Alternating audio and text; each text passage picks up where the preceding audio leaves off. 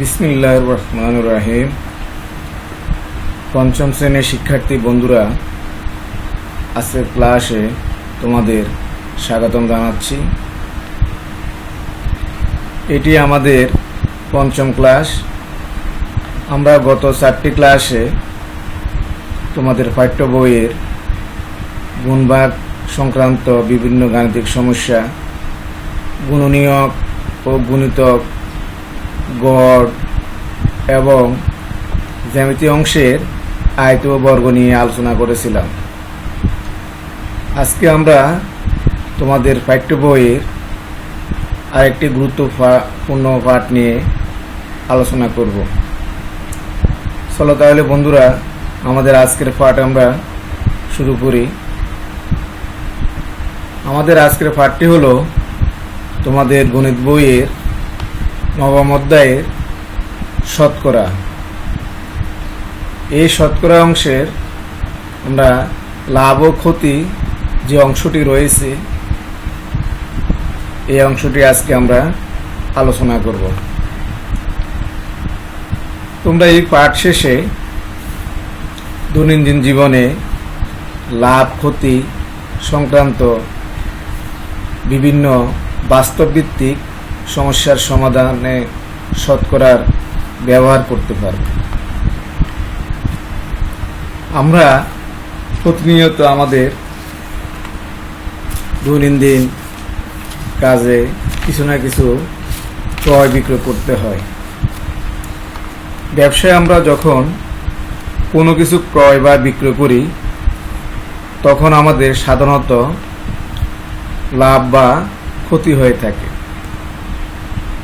কখনো লাভ, আবার কখনো ক্ষতি হয়।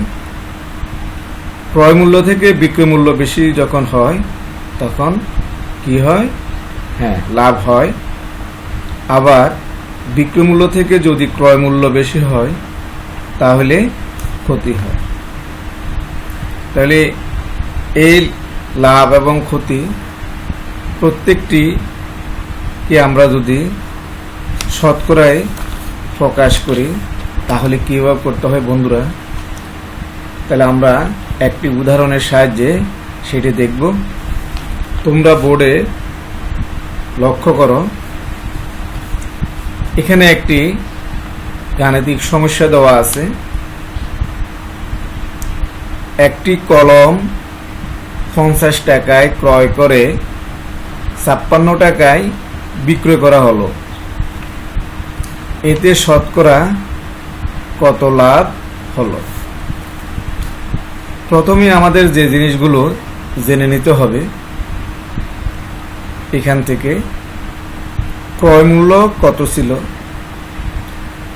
তারপর বিক্রয় মূল্য কত ছিল, লাভ, এরপর তাহলে আমরা লাভটা বের করতে পারবো।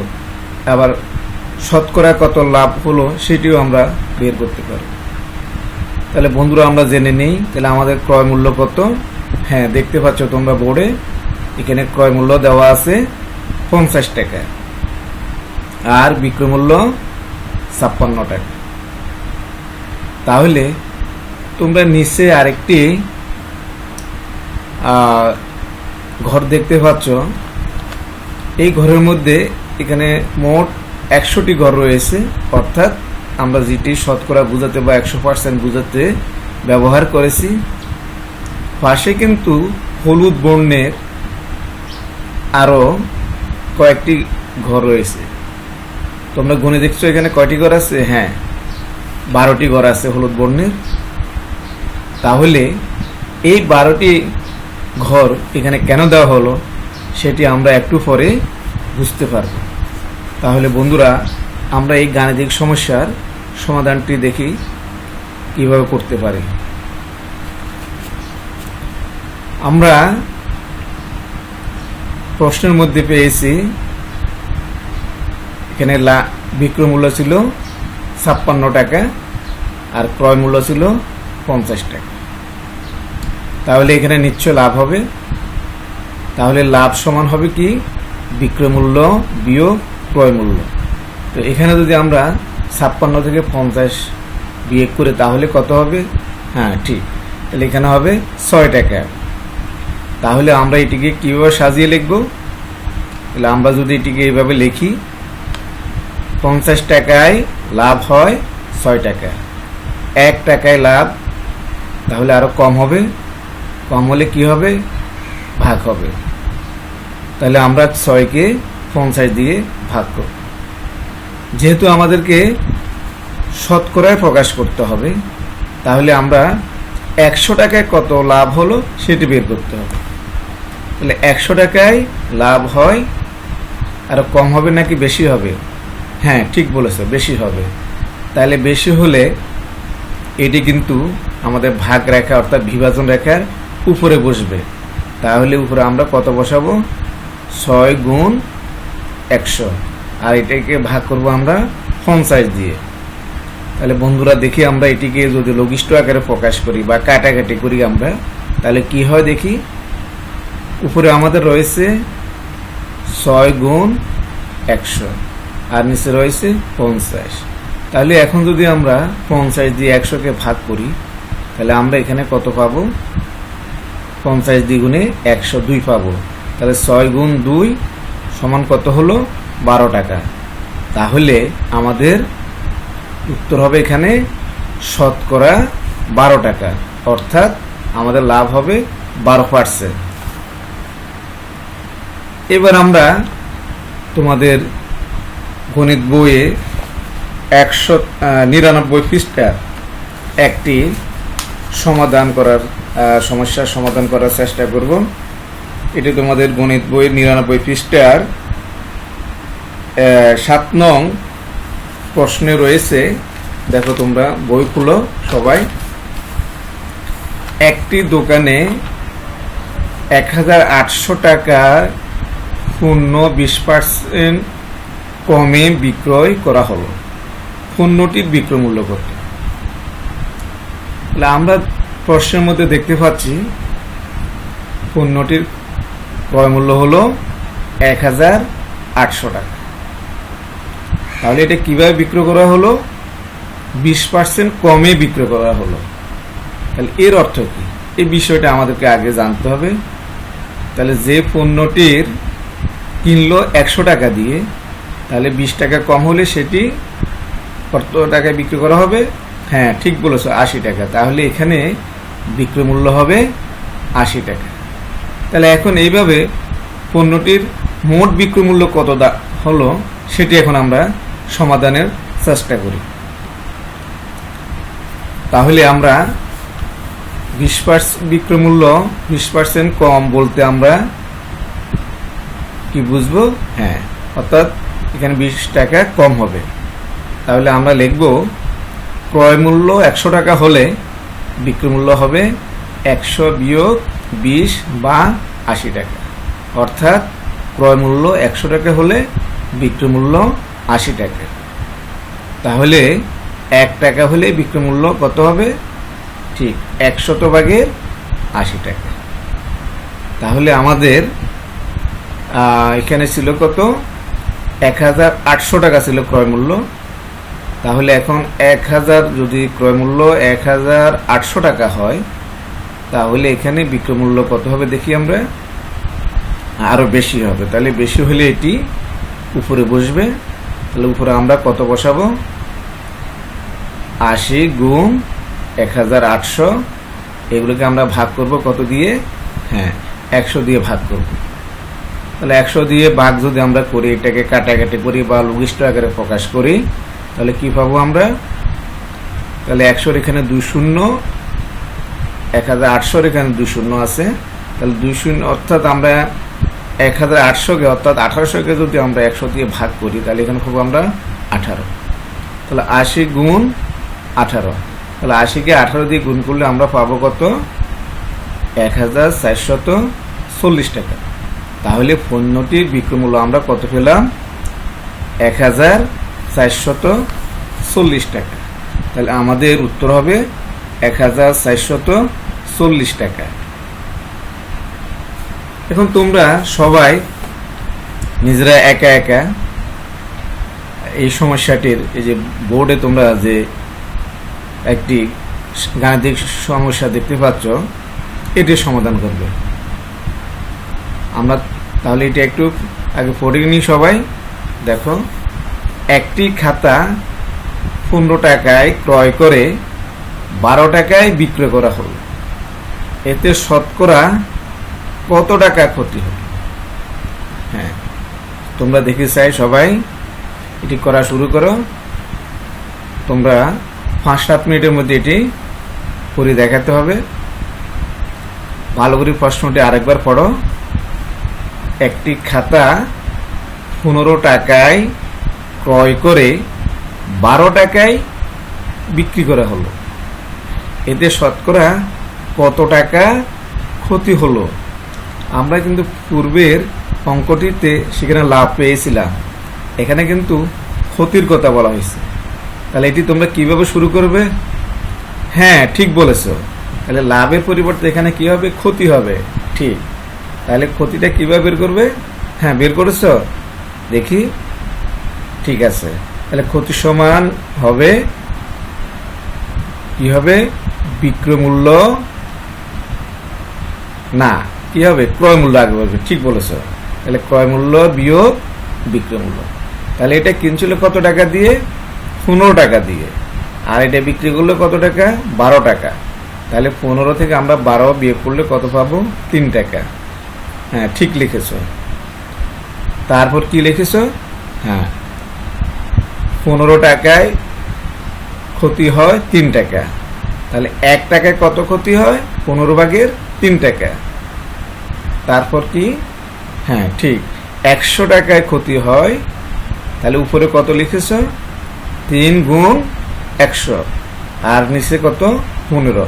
অর্থাৎ উপরে লিখেছো 3 গুণ 100 আর নিচে হলো 15। তাহলে এটিকে যদি কাটাকাটি করো, কিভাবে করছো? হ্যাঁ, ঠিক বলেছো।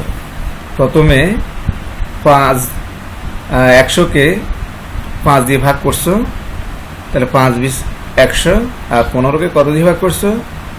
5 দিয়ে। তাহলে এখানে 3, তাহলে উপরে 3 আর 3 কাটাকাটি চলে যাবে। তাহলে আমরা কত পাবো? 20। তাহলে অর্থাৎ 20 টাকায় পেলাম আমরা। তাহলে কত ক্ষতি হলো? শতকরা 20 টাকা ক্ষতি হলো। হ্যাঁ, ঠিকই করেছো তোমরা। তাহলে এটির উত্তরটি কত হবে? শতকরা 20% বা শতকরা 20 টাকা ক্ষতি হলো। তাহলে আমরা এটির উত্তর কিভাবে লিখবো? উত্তর 20% ক্ষতি। 20% ক্ষতি। এখন তোমরা সবাই যারা আছো 4 ভাগে ভাগ হয়ে যাও। তোমরা ভাগে ভাগে বসে বোর্ডে যে সমস্যাটি দেখতে পাচ্ছ এটি সমাধান করো। তোমরা 5 জন 5 জন করে ভাগ হয়ে যাও। তাহলে আমরা দেখো আগে এটি একটু পড়ে নেব সবাই। হ্যাঁ, একজন বিক্রেতা কৃষকের কাছ থেকে 1 ঝুড়ি সবজি কিনে 40% লাভে 6,300 টাকায় বিক্রি করলেন। সবজির ক্রয় মূল্য কত ছিল? হ্যাঁ, ঠিকই ধরেছ। তাহলে এটি কিভাবে শুরু করতে হবে তোমার দেখো। তাহলে ঠিক বলেছ, অর্থাৎ 40% লাভ করতে হলে যেটি 100 টাকা দিয়ে কিনলো, যে সবজিটি 100 টাকা দিয়ে কিনলো সেটি বিক্রি করতে হবে কত? ঠিক বলেছ, 140 টাকা। 140 টাকা। তাহলে 40% লাভ অর্থাৎ কি হবে? হ্যাঁ, ক্রয় মূল্য 100 টাকা হলে বিক্রয় মূল্য হবে কি হবে? 100 সাথে 40 যোগ। হ্যাঁ, তাহলে 100 যোগ 40 বা 140 টাকা। তাহলে বিক্রয় মূল্য 140 টাকা হলে ক্রয় মূল্য কত হবে? 100 টাকা। 1 টাকা হলে আরো কম হবে। কম হলে কি হবে? ভাগ। তাহলে 100কে 140 দিয়ে ভাগ করতে হবে। তাহলে এখানে বিক্রয় মূল্য কত ছিল? 6,300 টাকা ছিল। তাহলে 6,300 টাকা হলে বিক্রয় মূল্য, তাহলে ক্রয় মূল্য কত হবে? তাহলে এটি যেহেতু 1 থেকে বেশি বড় এটি, তাহলে এটা উপরে যাবে ভাগ রেখার উপরে। তাহলে উপরে আমরা কত লিখব? 100 গুণ 6300, আর নিচে লিখবো আমরা 140। তাহলে বন্ধুরা এটিকে এখন আমরা কি করব? ভাগ করব, কাটাকাটি করব বা লঘিষ্ঠ আকারে প্রকাশ। হ্যাঁ, ঠিক করেছো। তাহলে এটিকে প্রথমে যেহেতু উপরে 2 শূন্য আছে, নিচে আছে 1 শূন্য, তাহলে আমরা এটিকে প্রথমে 10 দিয়ে ভাগ করে নিই। তাহলে 140কে 10 দিয়ে ভাগ করলে আমরা কত পাবো? 14, আর উপরে পাবো যে 630। এখন 630কে আবার 14 দিয়ে ভাগ করে কত পাও? তাহলে 14 দিয়ে ভাগ করলে পাবে কত পেয়েছো? 7 14 56 4। তাহলে আরো কত হলো? 63 থেকে 56 গেলে 7 0 70, তাহলে 5 14 70, তাহলে কত পেলা? 45। তাহলে এখন তাহলে আমরা উপরে পেলাম 100 গুণ 45। তাহলে এখানে গুণ করলে আমরা হ্যাঁ কত পেয়েছো? ঠিক 4500 টাকা, 4500 টাকা। তাহলে এটির ক্রয় মূল্য হবে 4500 টাকা, 4500 টাকা। তাহলে আমরা, আচ্ছা তোমরা মনে করো এই ধরো তুমি দোকান থেকে 10 টাকা দিয়ে একটি কলম কিনলে, এখন এটি তোমার বন্ধু থেকে তুমি 12 টাকায় বিক্রি করবে, তাহলে কি তোমার লাভ হবে নাকি ক্ষতি হবে? হ্যাঁ, ঠিক বলেছো, লাভ হবে। আবার ধরো তুমি 25 টাকা দিয়ে একটি লাটিম কিনলে, তোমার বন্ধু বলল এটি তাকে দিয়ে দিতে, কিন্তু তার নিকট 20 টাকার বেশি নেই, তাহলে তোমার কি লাভ হবে না ক্ষতি হবে? ক্ষতি হবে। হ্যাঁ, ঠিক বলেছো, ক্ষতি হবে। তাহলে আমরা এইভাবে আমরা বিভিন্ন লাভ ক্ষতি সংক্রান্ত সমস্যার সমাধান করতে পারবো।